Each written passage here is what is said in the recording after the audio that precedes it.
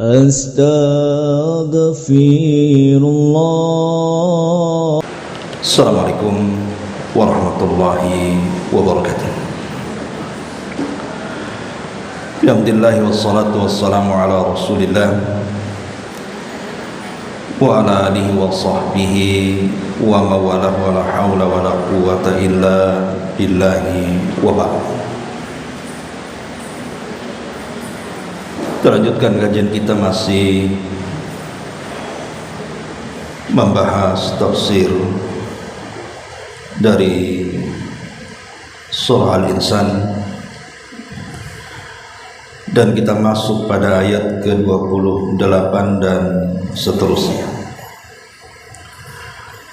A'udzubillahi minasyaitonir rajim. Bismillahirrahmanirrahim. Nahnu khalaqnahum wa shaddadna asrahum wa idza syi'na baddalna amsalahum tabdila. Inna hadhihi tadhkirah faman syaa'a ittakhadha ila rabbih sabila wa ma tasyauna illa an yasha Allah innallaha kana aliman hakima. Yudkhilu man yasha fi rahmatihi wadh-dhalimina a'adda lahum 'adzaban alima.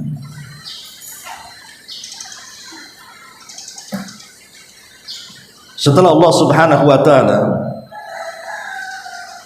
menyebutkan tentang orang-orang yang lebih mendahulukan kehidupan dunia dan mencintai kehidupan dunia dibandingkan akhirat, maka di sini Allah singgung tentang penciptaan kita. Nahnu khalaqnahum, kami telah menciptakan mereka. Wa shaddadna asrahum, dan menguatkan persendian tubuh-tubuh mereka. Wa idza syi'na baddalna amsalahum tabdila, apabila kami menghendaki, sungguh kami bisa mengganti mereka dengan orang-orang yang serupa dengan mereka. Ma'asyiral muslimat yang dimuliakan Allah Subhanahu wa taala, di sini Allah Subhanahu wa taala menyinggung soal penciptaan kita. Bagaimana Allah Subhanahu wa taala ketika menciptakan kita itu sangat teliti sekali dan tidak main-main. Mulai dari segumpal sperma sampai kemudian menjadi manusia, Allah kuatkan segalanya. Mulai dari tulang-tulangnya, sendi-sendinya, dan begitu seterusnya, termasuk kepada kecerdasan. Tentu tujuannya adalah agar manusia itu mengingat siapa yang telah menciptakannya. Dan apa tujuannya? Dari sini Allah Subhanahu wa taala singgung bahwa kita semua diciptakan Allah dengan sebaik-baiknya, maka sudah selayaknya kita menjadi manusia-manusia yang menurut dengan perintah penciptanya. Dan tujuan Allah menciptakan kita cuma satu, untuk beribadah kepada Allah Subhanahu wa taala. Artinya penciptaan kita ini adalah tujuannya untuk akhirat. Makanya sebagian para ulama ketika bicara tentang hikmah yang paling tinggi dari penciptaan manusia itu, ada beberapa poin yang harus diketahui. Pertama, manusia diciptakan karena sebuah hikmah dan tidak diciptakan sia-sia. Yang kedua, bahwa hikmah diciptakan seluruh manusia untuk satu tujuan, Dan hikmah penciptaan manusia itu sangat erat berkaitan dengan dunia sampai ke akhirat. Dan hikmah itu tidak diketahui kecuali Allah Subhanahu wa ta'ala. Dan inti daripada hikmah itu adalah ibadah. Dan ibadah itu sebuah ujian yang Allah ujikan kepada manusia. Apakah dia sanggup dengan taufik dari Allah melakukannya, ataukah dia mengikuti hawa nafsunya? Makanya ayat sebelum ayat ini menyinggung orang-orang yang lebih mencintai kehidupan dunia dibandingkan akhirat. Maka Allah ingatkan, bukan itu tujuan aku menciptakan kalian. Sebab kalau itu yang kalian lakukan, bisa saja kalian ganti dengan manusia lainnya. Makanya Allah mengatakan, wa idza syi'na baddalna amsalahum tabdila. Dan sungguh kami kalau menghendaki, sungguh kami akan mengganti mereka yang lebih mengutamakan kehidupan dunia dengan orang-orang yang serupa dengan mereka tetapi mementingkan akhirat. Ma'asyiral muslimat yang dimuliakan Allah Subhanahu wa ta'ala, memang terjadi silang pendapat. Apa yang dimaksud kalimat wa idza syi'na baddalna amsalahum tabdila? Apabila kami menghendaki, sungguh-sungguh mengganti mereka dengan orang-orang yang serupa dengan mereka.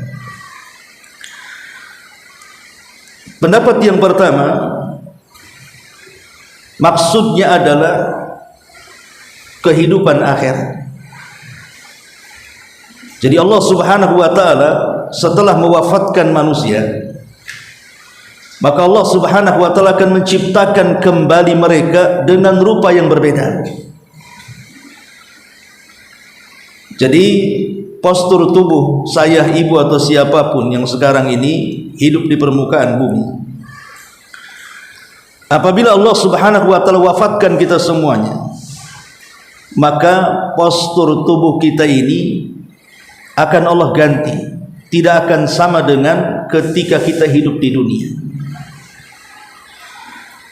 Makanya ketika Nabi SAW bicara soal postur tubuh orang-orang yang masuk surga, apa kata Nabi SAW?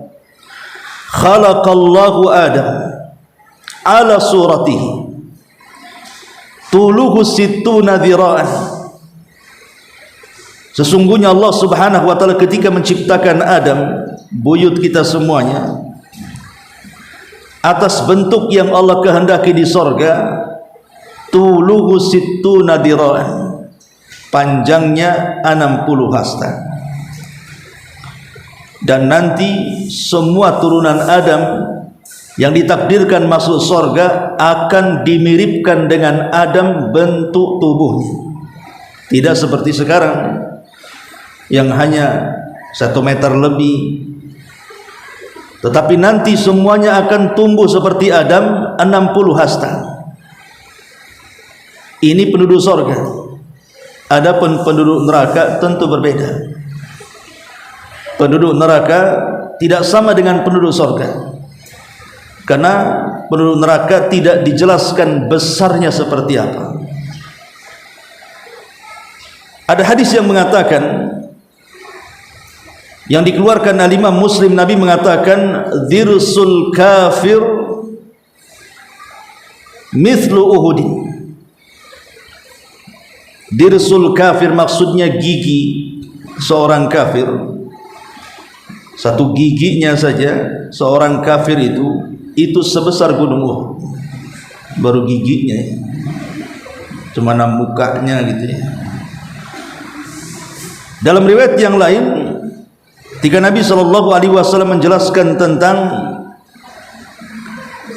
besarnya penduduk neraka, kata Nabi SAW, ma baina mankibai al-kafiri finnar masirata thalathati ayyamin lirraqibil muslim. Kata Nabi SAW, di antara dua bahu orang kafir itu perjalanan 3 hari orang yang mengendarai dengan sangat cepat sekali. Antara bahu sini ke sini, ya, itu seperti orang mengendarai dengan sangat cepat selama 3 hari. Ini menggambarkan bahwa penduduk neraka itu jauh lebih besar dibandingkan penduduk surga. Adapun hikmahnya kenapa kemudian dibesarkan, sebagian ulama mengatakan supaya mudah untuk diazab, mudah untuk disiksa. Inilah yang kemudian dikatakan dalam Al-Quran, wa idza syi'na baddalna amsalahum tabdila. Apabila kami berkehendak, kami sungguh mengganti mereka dengan orang-orang yang serupa dengan mereka. Maksudnya mengganti di sini, mengganti setelah kematian. Mereka dihidupkan tetapi diganti postur tubuhnya. Ini satu penafsiran. Penafsiran yang kedua, maksudnya diganti bukan setelah kematian, tetapi diganti ketika kita masih hidup di dunia. Apabila kita ini diciptakan oleh Allah Subhanahu wa taala, kemudian kita ini menjadi ahli maksiat, maka boleh jadi generasi kita akan diwafatkan oleh Allah Azza wa Jalla, dan akan datang generasi penerusnya yang jauh lebih taat kepada Allah Subhanahu wa taala. Dan itu terjadi dari zaman ke zaman. Lihat bagaimana kaum Ad kemudian dihancurkan. Kemudian setelah hancur muncul orang-orang yang beriman. Kemudian muncul lagi orang-orang yang kafir, kaum Tsamud. Kemudian dihancurkan oleh Allah, muncul generasi orang-orang yang beriman setelahnya. Dan begitu seterusnya. Termasuk orang-orang jahiliyah di masa Nabi SAW yang menentang nabinya, mereka dibinasakan. Kemudian diganti dengan manusia-manusia hebat seperti para sahabat Nabi SAW, dan begitu seterusnya. Makanya di sini Allah Subhanahu wa taala tidak berhajat dengan kita. Walaupun satu dunia kufur, itu tidak mengurangi kekuasaan Allah. Karena Allah bisa mengganti orang-orang itu dengan orang-orang baru. Itu makna wa idza syi'na baddalna amsalahum tabdila. Dan ini semakna dengan firman Allah Subhanahu wa taala, ya ayyuhan nas antumul fuqara ila Allah wallahu ghaniyul hamid iyasha yudhibkum wa ya'ti bi khalqin jadid. Wahai orang-orang yang beriman, kalian itu sangat berhajat kepada Allah, dan Allah itu zat yang maha kaya lagi maha terpuji. Kalau Allah berkehendak, Allah bisa binasakan kalian semua, dan Allah bisa mendatangkan dengan penciptaan yang baru. Kemudian Allah Subhanahu wa taala mengatakan, inna hadhihi tadhkirah. Sesungguhnya ayat-ayat ini sebuah peringatan. Maksudnya surah Al-Insan yang kita baca ini adalah banyak peringatan yang harus kita serap. Makanya saking banyaknya peringatan oleh Nabi SAW dijadikan surat favorit yang dibaca setiap subuh hari Jumat. Dan itu sangat disunahkan. Setiap subuh hari Jumat disunahkan membaca pertama surah As-Sajdah, yang kedua surah Al-Insan. Itu sunnah, karena memang banyak pelajaran dan ibrah daripada surat ini. Kemudian Allah Subhanahu wa taala mengatakan, faman syaa'a attakhadha ila rabbih sabila. Maka barang siapa yang menghendaki kebaikan kepadanya, niscaya dia mengambil jalan untuk Rabbnya. Mencari jalan menuju Allah Subhanahu wa taala itu ada dua macam. Pertama di dunia, dan yang kedua di akhirat. Adapun di dunia, mencari jalan menuju Allah Subhanahu wa taala menggunakan hati yang ada di badan kita. Dengan hati yang jernih yang ada di badan kita inilah kita bisa sampai kepada Allah Subhanahu wa taala. Dengan cara apa? Berusaha untuk mengenal siapa Tuhannya. Kalau sudah betul-betul hati kita mengenal siapa Tuhan kita, maka pasti kita akan sampai kepada Allah Subhanahu wa taala. Makanya Rasul mengatakan dalam sebuah asar dikatakan, Ibnu Adam utlubni tajidni fa in wajadtani wajadta kulla syai'in wa in fukka fataka kulla syai'in. Wahai anak Adam, carilah aku, niscaya engkau akan mendapatiku, dan jika engkau sudah mendapatiku maka engkau akan mendapatkan segala sesuatu. Tapi kalau luput engkau tidak mendapatkan diriku, maka engkau tidak akan mendapatkan segala sesuatu itu. Sebagian ulama mengatakan, mengambil dalil daripada asar ini, bahwa kalau kita ingin sampai kepada Allah Subhanahu wa taala di dunia, maka gunakan hati kita untuk berkomunikasi dengan Allah Subhanahu wa taala. Salah satunya adalah ketika kita sedang sholat.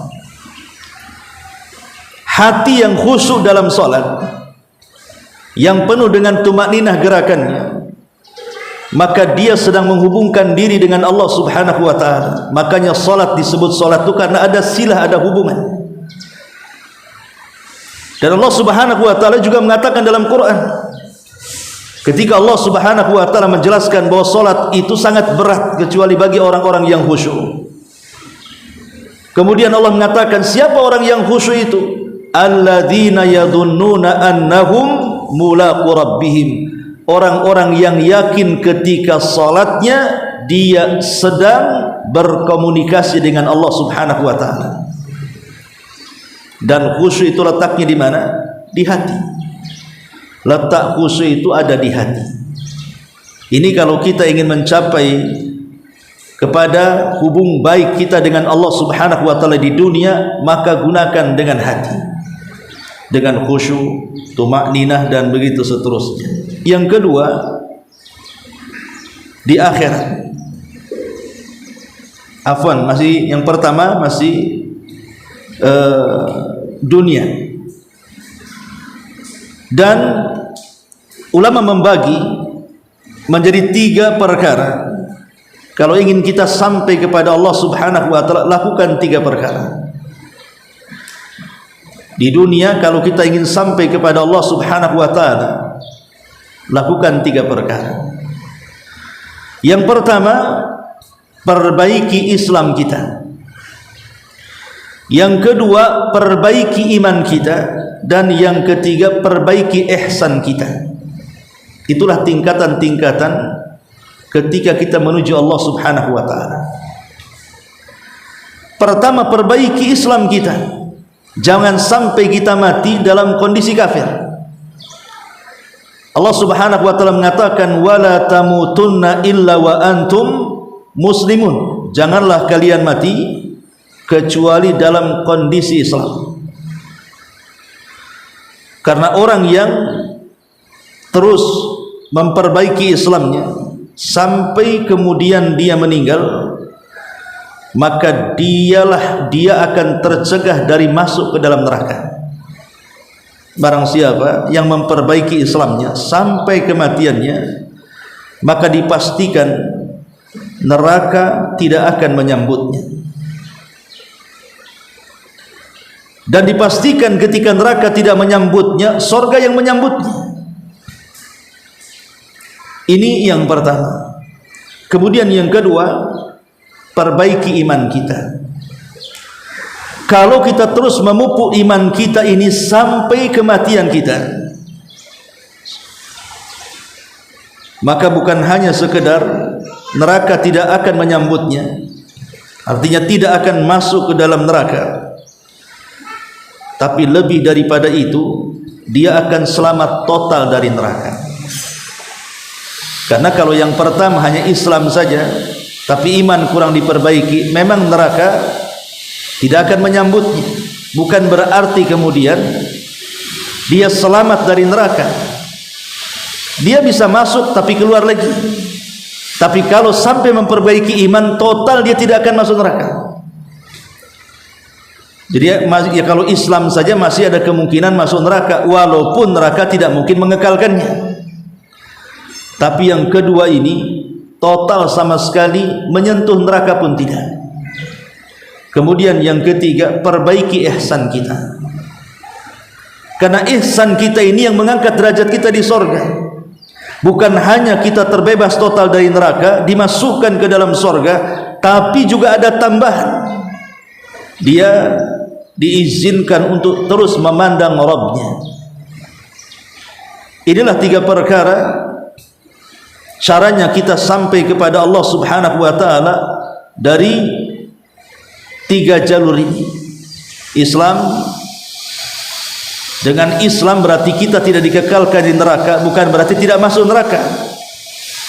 Masuk tapi tidak dikekalkan. Kemudian meningkat kepada iman, bukan hanya tidak dikekalkan, tidak masuk pun ke neraka. Kemudian yang ihsan ini dimasukkan ke dalam surga dan diangkat derajatnya di surga. Inilah 3 perkara yang bisa menghubungkan kepada jalan Allah Subhanahu wa ta'ala. Dan itu kalau dirangkum dari 3 perkara ini adalah dengan senantiasa menjaga dari hal-hal yang telah diwajibkan Allah kepada kita, kemudian lanjutkan dengan yang sunnah-sunnah yang diperintahkan kepada kita. Ma'asyiral muslimat yang dimuliakan Allah Subhanahu wa ta'ala. Kemudian Allah mengatakan, wa ma tasyauna illa an yasha Allah, innallaha kana aliman hakima. Dan kamu tidak mampu menempuh jalan itu, maksudnya menempuh jalan menuju Allah Subhanahu wa ta'ala, kecuali bila dikehendaki oleh Allah Subhanahu wa ta'ala. Sungguh Allah maha mengetahui lagi maha bijaksana. Kita tahu bahwa geraknya kita untuk menuju jalan Allah dengan cara beribadah, seperti ibulah melangkahkan kaki dari rumah ke sini, itu tidak mungkin terjadi kecuali karena taufik dari Allah Subhanahu wa ta'ala. Betapa banyak orang-orang yang diberikan kesehatan, diberikan waktu luang, tidak ada kegiatan, mereka tidak bisa sampai di pengajian sini, padahal mereka yakin duduk di pengajian itu bagus, duduk di pengajian ini dapat pahala, bahkan keluar dari pengajian itu diampuni dosa. Tapi kenapa kaki mereka tidak digerakkan? Hanya ibu-ibu saja digerakkan ke sini. Itulah yang Allah mengatakan, wa ma tasyauna illa an yasha Allah. Dan kamu tidak mampu menempuh jalan itu, maksudnya jalan kebaikan, kecuali semua berputar kepada kehendak Allah. Abu Talib bukan tidak percaya Islam itu agama yang paling hak, percaya dia, bahkan yakin. Abu Talib mengatakan sendiri dengan lisan, tidak ada agama yang lebih mulia melebihi agama yang dibawa Muhammad. Itu ucapan Abu Talib. Tapi kenapa Abu Talib tidak masuk Islam? Padahal dia sudah yakin agama Islam agama yang hak, agama Islam adalah agama yang paling benar, agama Islam adalah agama yang paling mulia. Bahkan dia izinkan putranya Ali untuk masuk Islam. Ketika Abu Talib menjelang kematiannya, Nabi SAW berusaha untuk mengajak dia masuk Islam, tapi dia menolaknya. Siapa yang menjadikan Abu Talib menolak? Itu semua karena taufik dari Allah Subhanahu wa ta'ala. Kalau Allah tidak berkehendak, tidak mungkin terjadi, walaupun kita berkehendak. Tapi kalau Allah Subhanahu wa ta'ala sudah berkehendak, pasti terjadi walaupun kita tidak berkehendak. Itulah yang terjadi dengan Abu Talib. Makanya segala sesuatu yang menempuh jalan Allah Subhanahu wa ta'ala itu tidak mungkin terjadi kecuali karena izin dari Allah Subhanahu wa ta'ala. Inilah kenapa dalam setiap solat kita minimalnya 17 kali dalam sehari itu kita senantiasa membaca iyyaka na'bud wa iyyaka nasta'in. hanya kepadamu ya Rabb kami meminta pertolongan, dan hanya kepadamu ya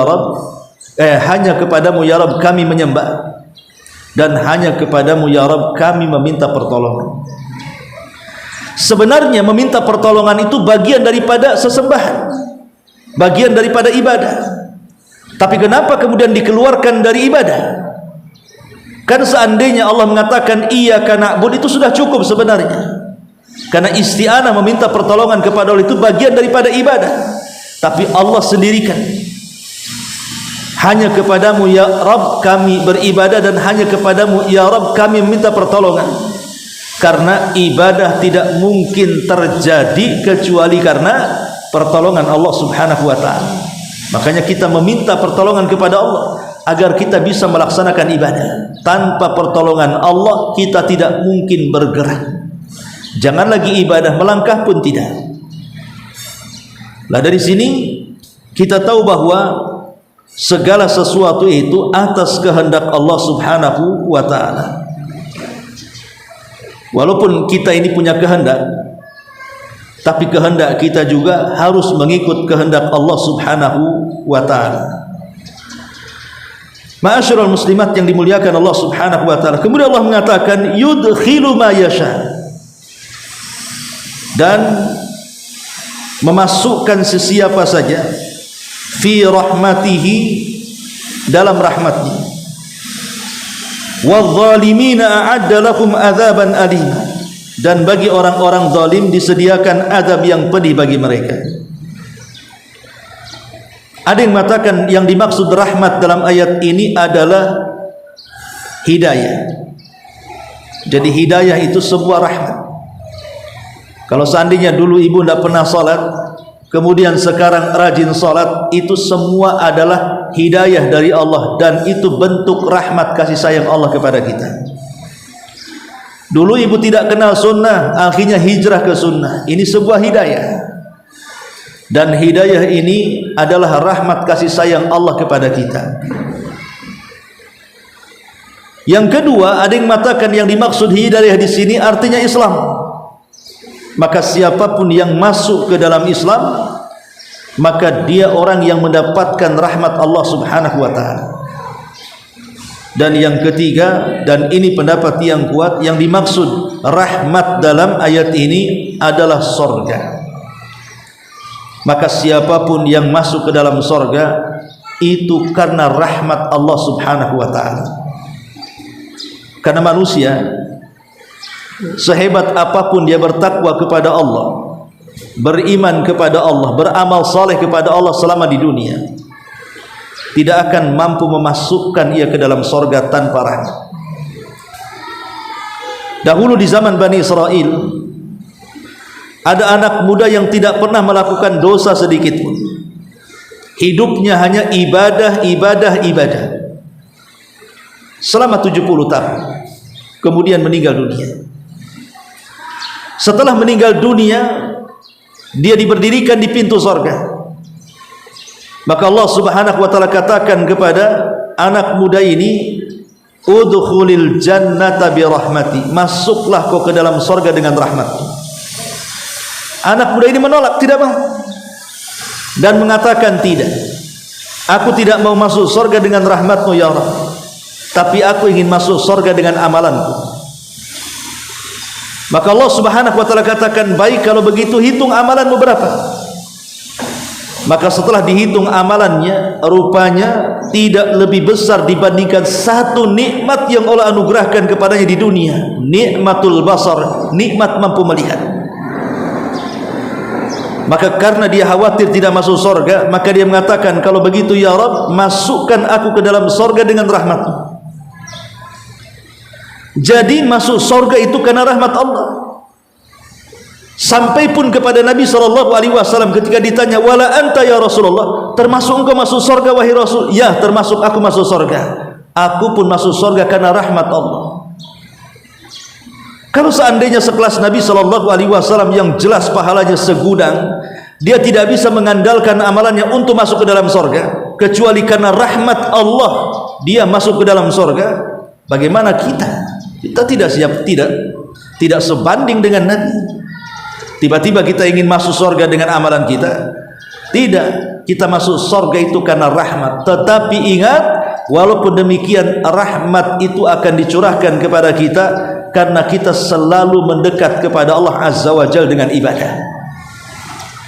Ma'asyiral muslimat yang dimuliakan Allah Subhanahu wa taala. Makanya di sini Allah mengatakan yudkhilu ma yasha' fi rahmati. Dan Allah memasukkan siapa yang dikehendakinya ke dalam rahmatnya, maksudnya ke dalam surga. Wadh-dhalimina 'adda lahum 'adzaban alima. Sementara orang-orang zalim telah disediakan azab yang pedih masuknya, maksudnya neraka. Ma'asyiral muslimat yang dimuliakan Allah Subhanahu wa taala, tentu rahmat Allah ini sangat luas yang Allah berikan kepada hamba-hambanya. Di antara perkara-perkara yang bisa meraih rahmat Allah Subhanahu wa taala, pertama, taqwallahi azza wa jalla. Kalau ingin mendapatkan rahmat Allah, dengan rahmat itulah kita masuk surga, maka lakukan perkara-perkara ini. Pertama, pupuk ketakwaan kita kepada Allah, menjalankan perintah dan berusaha menjauhi larangan. Karena Allah Subhanahu wa taala mengatakan, wa rahmati wasi'at kulla syai'in fasa'aktubuha lilladzina yattaqun. Sesungguhnya rahmatku mencakup segala sesuatu, dan aku akan catat rahmatku bagi orang-orang yang bertakwa.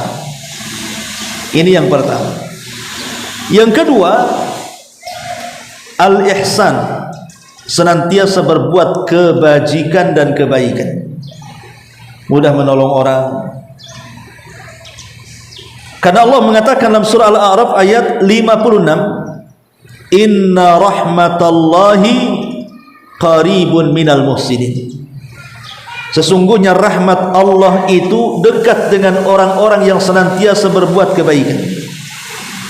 Maka jadilah orang-orang yang terdepan, senantiasa melakukan kebajikan dan kebaikan di tengah-tengah manusia. Kemudian yang ketiga, rahmatul makhluqati sabilun ila rahmati rabbil ardi was samawat. Menanamkan kecintaan kepada sesama makhluk, menanamkan kecintaan kepada sesama makhluk, entah kepada pasangannya, kepada orang tuanya, kepada anaknya, kepada tetangganya, kepada teman-temannya, kepada semua manusia yang ada di bumi. Rasul mengatakan, irhamu man fil ardi sayarhamukum man fis sama. Sayangi orang-orang yang ada di bumi, niscaya zat yang ada di langit akan menyayangi kamu, artinya akan mencurahkan rahmatnya kepada kamu. Maka sayangi makhluk-makhluk yang ada di bumi, termasuk juga bukan hanya manusia, sampai kepada binatang. Bukan hanya kepada binatang, sampai kepada tumbuh-tumbuhan. Jangan sampai kemudian membuat bencana alam karena berusaha untuk menghancurkan alam. Pencurian kayu, ya, pembabatan hutan dan begitu seterusnya, itu kan membahayakan alam. Sementara kita disuruh untuk meletakkan kasih sayang bukan hanya kepada manusia, kepada binatang, sampai pun kepada tumbuh-tumbuhan. Karena itu salah satu jalan mendapatkan rahmat Allah. Kemudian yang keempat, al-iman wal jihadu wal hijratu. Iman, jihad dan hijrah. Allah Subhanahu wa taala mengatakan dalam surah Al-Baqarah 218, innal ladzina amanu wal ladzina hajaru wa jahadu fi sabilillah ulaika yarjuna rahmatallahi wallahu ghafurur rahim. Sesungguhnya orang-orang yang beriman kemudian berhijrah kemudian berjihad di jalan Allah, mereka lah orang-orang yang senantiasa mengharap rahmat Allah Subhanahu wa taala, dan Allah zat yang Maha Pengampun lagi Maha Penyayang.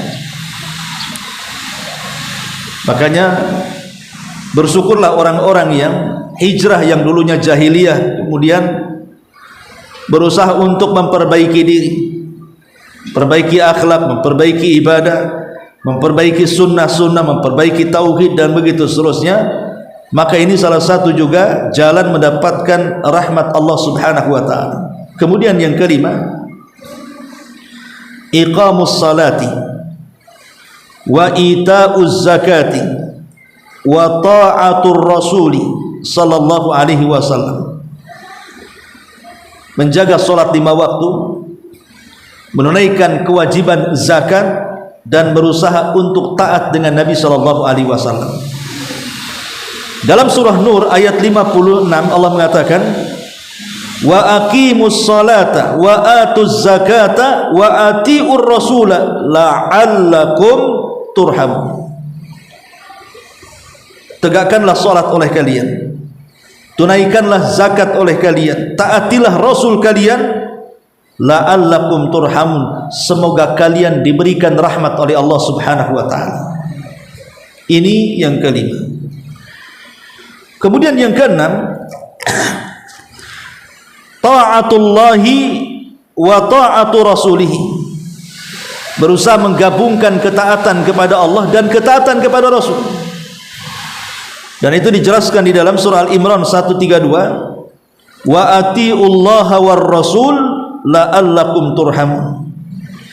Taatilah Allah dan Rasulnya, niscaya kalian akan diberikan rahmat. Kemudian yang nomor 7, ittiba'u awamiril Qur'anil Karim wajtinabu nawahi. Ikuti perintah Quran dan jauhi larangan Quran. Apapun yang diperintahkan dalam Quran ikuti semaksimal mungkin. Apapun yang dilarang Al-Quran tinggalkan dan jauhi. Allah Subhanahu wa taala berfirman dalam surah Al-An'am ayat 155, wa hadza kitabun anzalnahu mubarakun fattabi'uhu wattaqu la'allakum turhamun. Inilah Al-Quran yang kami turunkan, yang di dalamnya penuh dengan berkah. Ikutilah Al-Quran dan bertakwalah agar kalian diberikan rahmat oleh Allah Subhanahu wa taala. Maka orang-orang yang mengagungkan Quran dari membacanya, mempelajarinya, mengamalkannya, maka itulah orang-orang yang akan mendapatkan rahmat Allah Subhanahu wa taala. Kemudian yang nomor 8, al-istima' al-insat li tilawatil Quran. Berusaha untuk mendengar kalau ada orang-orang yang membaca Quran di samping kita. Mendengarkan Al-Quran. Dalam surah Al-A'raf Allah mengatakan ayat ke-204, wa idza quri'al Qur'an fastami'u lahu wa ansitu la'allakum turhamun. Apabila dibacakan Al-Quran, dengarkanlah dan diamlah agar kalian diberikan rahmat oleh Allah Subhanahu wa taala. Kemudian yang ke-9, ad-du'a'u bismillahirrahman bismillahirrahim wa ta'abbud bihima. Berdoalah kepada Allah Subhanahu wa taala dengan memperbanyak menyebut kalimat ya Rahman ya Rahim. Ya Rahman ya Rahim irhamni. Karena dua nama Allah ini terkandung sifat rahmat. Jadi kalau kita ingin mendapatkan rahmat Allah, teruslah panggil Allah dengan nama-namanya. Dan nama-nama itu ada pada Ar-Rahman dan Ar-Rahim. Jadi angkat kedua tangan, kita katakan ya Rahman ya Rahim irhamni. Wahai zat yang maha penyayang lagi zat yang maha pengasih, kasihini aku, sayangi aku, berikan aku rahmat. Dan yang terakhir adalah al-iktsar minal istighfar. Perbanyak istighfar. Dalam surah An-Naml ayat 46 Allah mengatakan, laula tastaghfirunallaha la'allakum turhamun. Sekiranya kalian mau memintakan ampun akan dosa-dosa kalian kepada Allah dengan istighfar, la'allakum turhamun, niscaya kalian akan diturunkan rahmat kepada kalian. Inilah 10 perkara yang disebutkan para ulama untuk mengundang rahmat Allah. Kalau kita ingin masuk ke dalam sorga, undang rahmat itu kepada kita, baru kita akan masuk ke dalam sorga. Karena Allah tidak memasukkan kita ke sorga kecuali karena rahmatnya. Oleh karena itulah kejar rahmat Allah dengan cara apa? Dengan 10 perkara ini. Ini dari kalimat yudkhilu ma yasha fi rahmati. Dan Allah tutup ayatnya wadh-dhalimina a'adda lahum adzaban alima. Dan untuk orang-orang zalim kami sediakan untuk mereka azab yang sangat pedih. Yang dimaksud azab pedih bagi orang-orang yang zalim itu 3. Pertama azab dunia, yang kedua azab di alam barzakh, dan yang ketiga azab di neraka. Orang-orang zalim mereka akan terkena 3 azab di 3 alam, alam dunia, alam barzakh, dan alam akhirat. Adapun azab di dunia berupa kesempitan hatinya, sehingga ketika hati ini sempit maka hilang kebahagiaan dalam kehidupannya.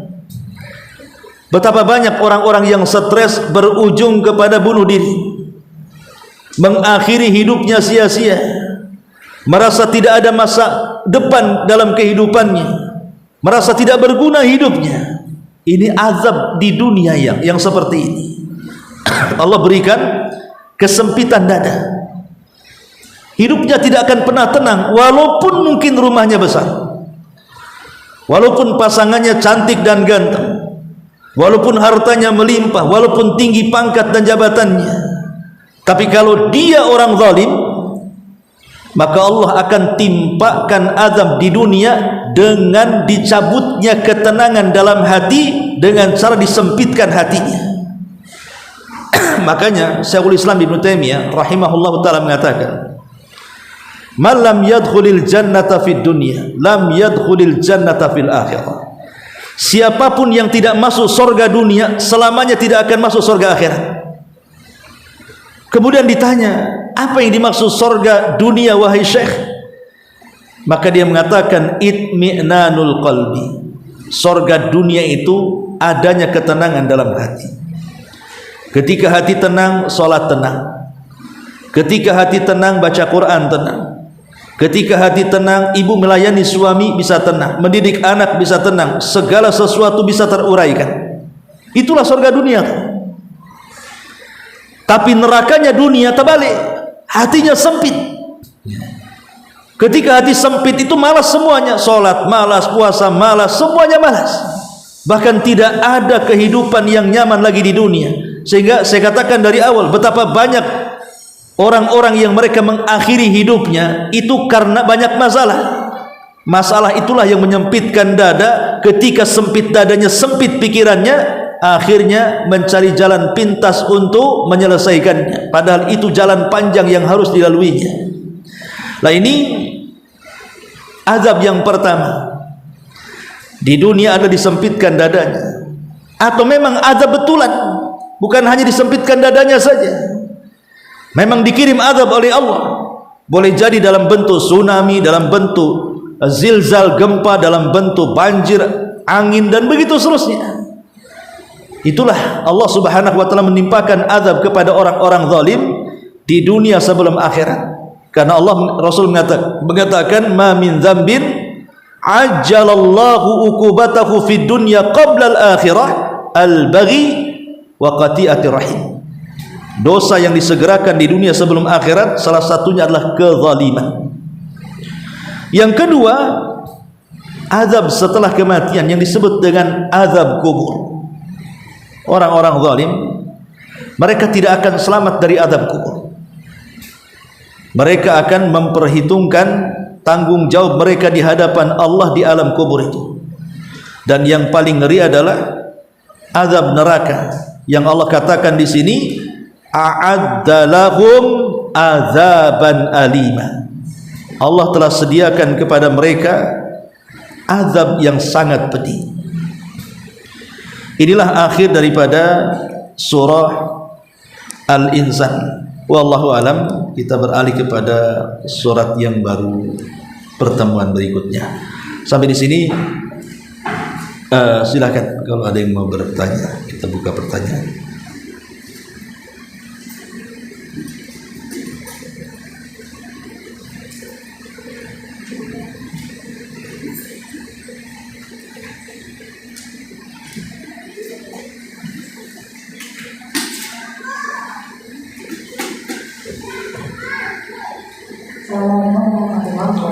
Waalaikumsalam. Ini saya pertanyaan kalau kehendak kita itu tidak akan terpenuhi kecuali kalau Allah berkehendak. Jadi gimana caranya supaya kehendak kita itu sefrekuensi sama kehendak Allah? Iya. Yang kedua,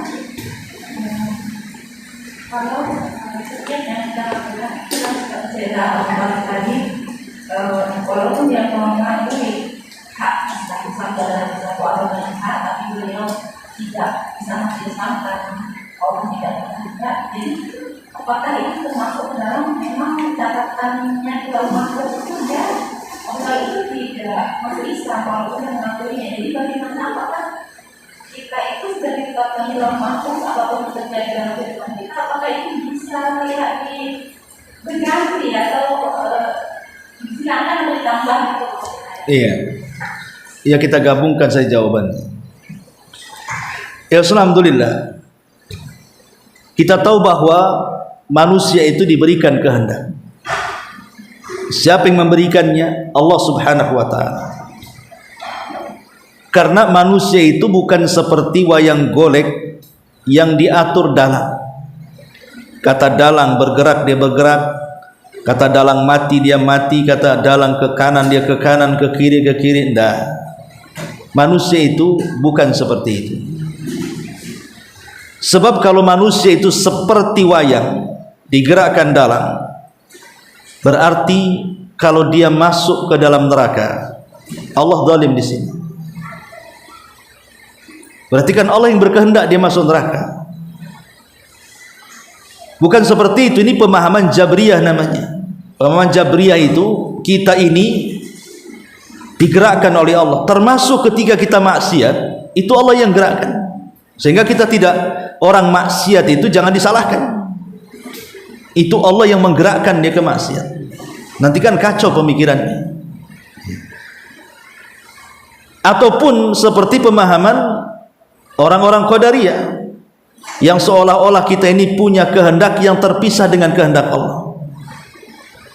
Akhirnya ketika itu sebuah pemahamannya, maka seolah-olah Allah baru tahu setelah kita berbuat. Karena kita ada hal yang terpisah dengan Allah. Kalau kita tidak bergerak, Allah tak tahu. Kalau kita sudah bergerak, baru Allah tahu. Mustahil. Allah itu tahu yang telah, yang sedang, dan yang akan datang.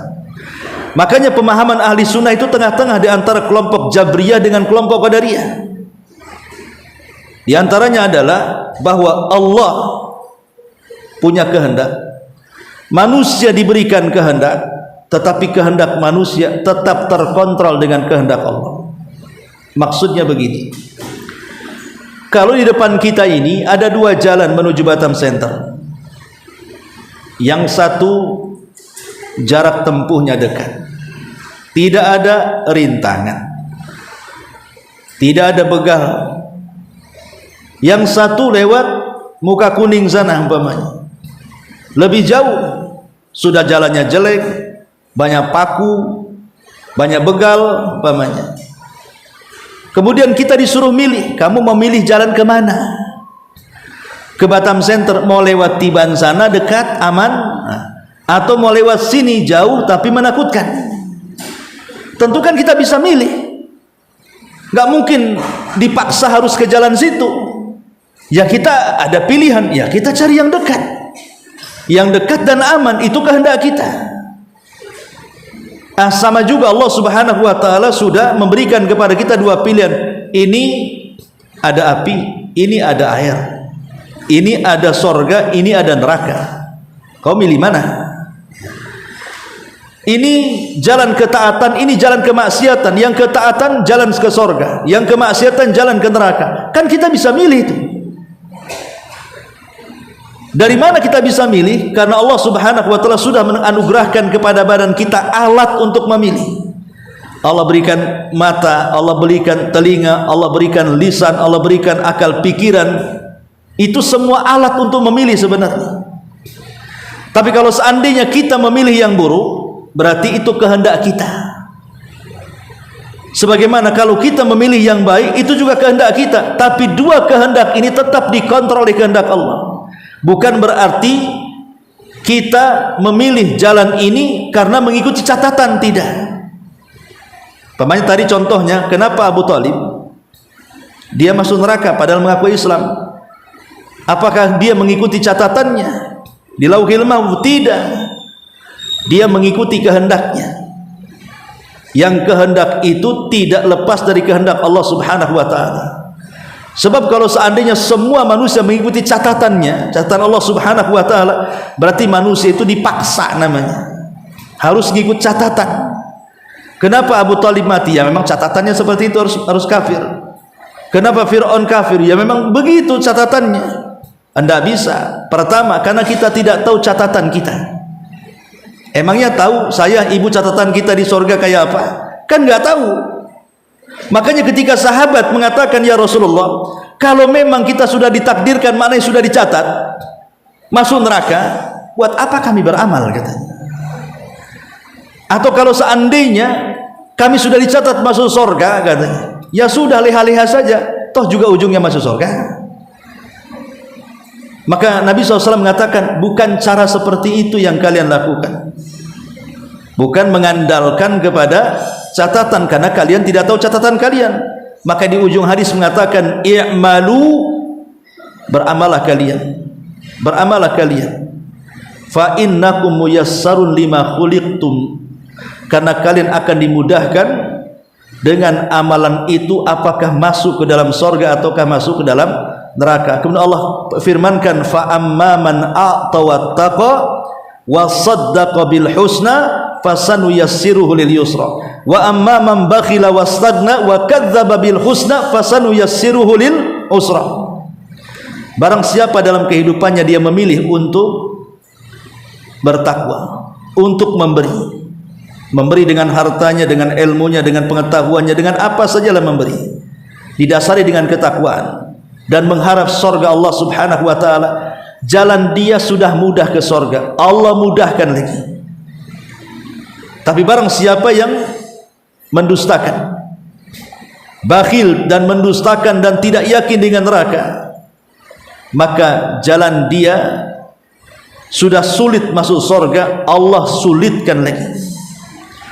Jadi Allah itu mengikuti kehendak kita. Kita ini mau milih kemana? Kalau kehendak kita milih ke surga, Allah mudahkan jalan itu. Kalau kita milih ke neraka, Allah mudahkan. Makanya Allah mengatakan, nuwallihi ma tawalla, kami akan palingkan sesuai kehendak dia berpaling. Jadi bukan Allah yang mendorong dia untuk berpaling. Allah lihat dulu, kau mau kemana nih? Ke surga? Oke, saya mudahkan kau jalan ke surga. Kau mau kemana? Ke neraka? Baik, aku akan mudahkan kau masuk neraka. Jadi semua kembali kepada kehendak kita. Baru kehendak kita itu di bawah dengan kehendak Allah Subhanahu wa taala. Itulah pemahaman ahli sunnah wal jamaah yang berbeda dengan pemahaman Qadariyah dan pemahaman Jabriyah. Bahwa kita punya kehendak, Allah juga punya kehendak, tapi kehendak kita tidak lepas daripada kehendak Allah Subhanahu wa taala. Ya. Wallahu a'lam. Ustaz, Iya. berkaitan dengan rahmat tadi Ustaz, bahwa wanita yang bersabar tanpa untung itu kan Allah lakukan, artinya putus rahmat dari Allah. Iya. Yang dimaksud dengan rahmat di sini itu apa ya Ustaznya? Terus juga bagaimana dengan wanita-wanita yang melakukan sabar mondok misalnya tanpa mahram, itu berapakah pertolongan ilmu Ustaz? Ya, alhamdulillah. Rahmat itu lawan daripada laknat. Karena laknat itu dijauhkan dari rahmat, sementara rahmat itu dijauhkan dari laknat. Jadi itu dua kata yang berlawanan, laknat dan rahmat. Maksudnya orang-orang yang dilaknat artinya dijauhkan daripada rahmat, berarti didekatkan dengan azab. Maksudnya orang mendapatkan rahmat dijauhkan dari laknat berarti dijauhkan dari azab. Itu antara laknat dan rahmat. Ya tentunya terkadang seseorang mendapatkan rahmat dari jalur ini, dari jalur itu dia tidak mendapatkannya. Rahmat Allah kan luas, tidak mesti dari jalur ini, bisa dari jalur yang lainnya. Semakin banyak dia mencari jalur di situ ada rahmat, maka semakin luas rahmat Allah dicurahkan kepada kita. Semakin dekat kita dengan perkara-perkara laknat dan memperbanyak perkara laknat, maka semakin jauh kita dari rahmat Allah Subhanahu wa taala. Adapun tentang wanita-wanita yang safar tanpa mahram, ya memang sudah jelas dalam hadis Nabi sallallahu alaihi wasallam, la tusafir imra'atun illa ma'adhi mahram. Tidak boleh seorang wanita safar kecuali dengan mahram. Maksudnya di sini masafah safar dalam jarak yang memang ditempuh adanya qasar dan jama'. Tapi kalau bukan safar, kayak mamanya ibu nih dari Batam Center ke Nongsa, dari Batu Aji ke Nongsa, dari Batu Aji ke Batam Center, pokoknya wilayah Batam sampai ke Barelang sana, ya tidak perlu mahram. Tapi kalau pakai mahram ya bagus. Kenapa? Karena masafahnya bukan masafah safar, jaraknya bukan jarak safar. Lain kalau seandainya dari Batam ke Tanjung Pinang, Tanjung Uban, Natuna, Anambas dan yang semacamnya, itu kan jaraknya sudah safar tuh, yang sudah disyariatkan qasar salat. Maka itulah perlunya mahram di situ. Itulah kenapa Islam sangat menjaga kehormatan wanita. Adapun tentang anak-anak yang berada di pesantren yang nun jauh di sana, yang boleh jadi tidak ada mahram, ini ada fatwa tersendiri para ulama. Jadi para ulama kontemporer, karena di zaman Rasul kan nggak ada yang seperti ini, sehingga ini harus diberikan fatwa kepada ulama. Maka ulama kontemporer membolehkan anak-anak itu di pesantren walaupun jauh dari rumah, selama kita meyakini keamanannya. Karena banyak juga pesantren-pesantren atau sekolah-sekolah tidak aman. Ada anak yang ingin kuliah di Jakarta, ya diantar sama mahramnya, sama ibu sebapaknya, sampai di sana dikoskan, rupanya bermasalah, ya kan, pergaulan bebas dan yang semacamnya. Maka kalau tempatnya aman, tidak diganggu, maslahatnya jelas, maka dibolehkan dengan catatan ketika mengantar dan pulangnya pakai mahram. Kita antar pakai mahram, letak situ, kemudian pulang. Sama dengan kasusnya, kalau tidak salah saya bin Bas siapa ditanya tentang seorang wanita yang safar. Wanita yang safar, sementara tidak ada yang mengantar, mahramnya tidak bisa mengantarkan, tapi dia harus mendesak, harus pergi juga, karena ada sebuah hal kepentingan yang tidak bisa tidak kecuali berangkat. Maka beliau mengatakan, antar pakai mahram ke bandara, tunggu dia sampai masuk pesawat, nanti setelah sampai jemput oleh mahram yang ada di sana, dengan catatan selama merasa aman di atas pesawat. Memang ini terjadi silang pendapat di antara ulama kontemporer, ya kan? Tapi ada rukhsah seperti itu. Lah kasusnya juga sama dengan orang yang meletakkan anak-anak di luar masafah safar sana, di luar jarak yang sudah jarak tempuh safar, boleh selama aman di perjalanannya dan aman di tempatnya. Jadi kita antar pakai mahram, sudah sampai di sana, sudah biarkan, tinggal kita pantau dari sini. Wallahu a'lam. Iya, saya kira cukup. Subhanallah bihamdika, asyhadu an la ilaha illa anta, astaghfiruka wa atubu ilaik. Allahu ta'ala alam. Assalamualaikum warahmatullahi wabarakatuh.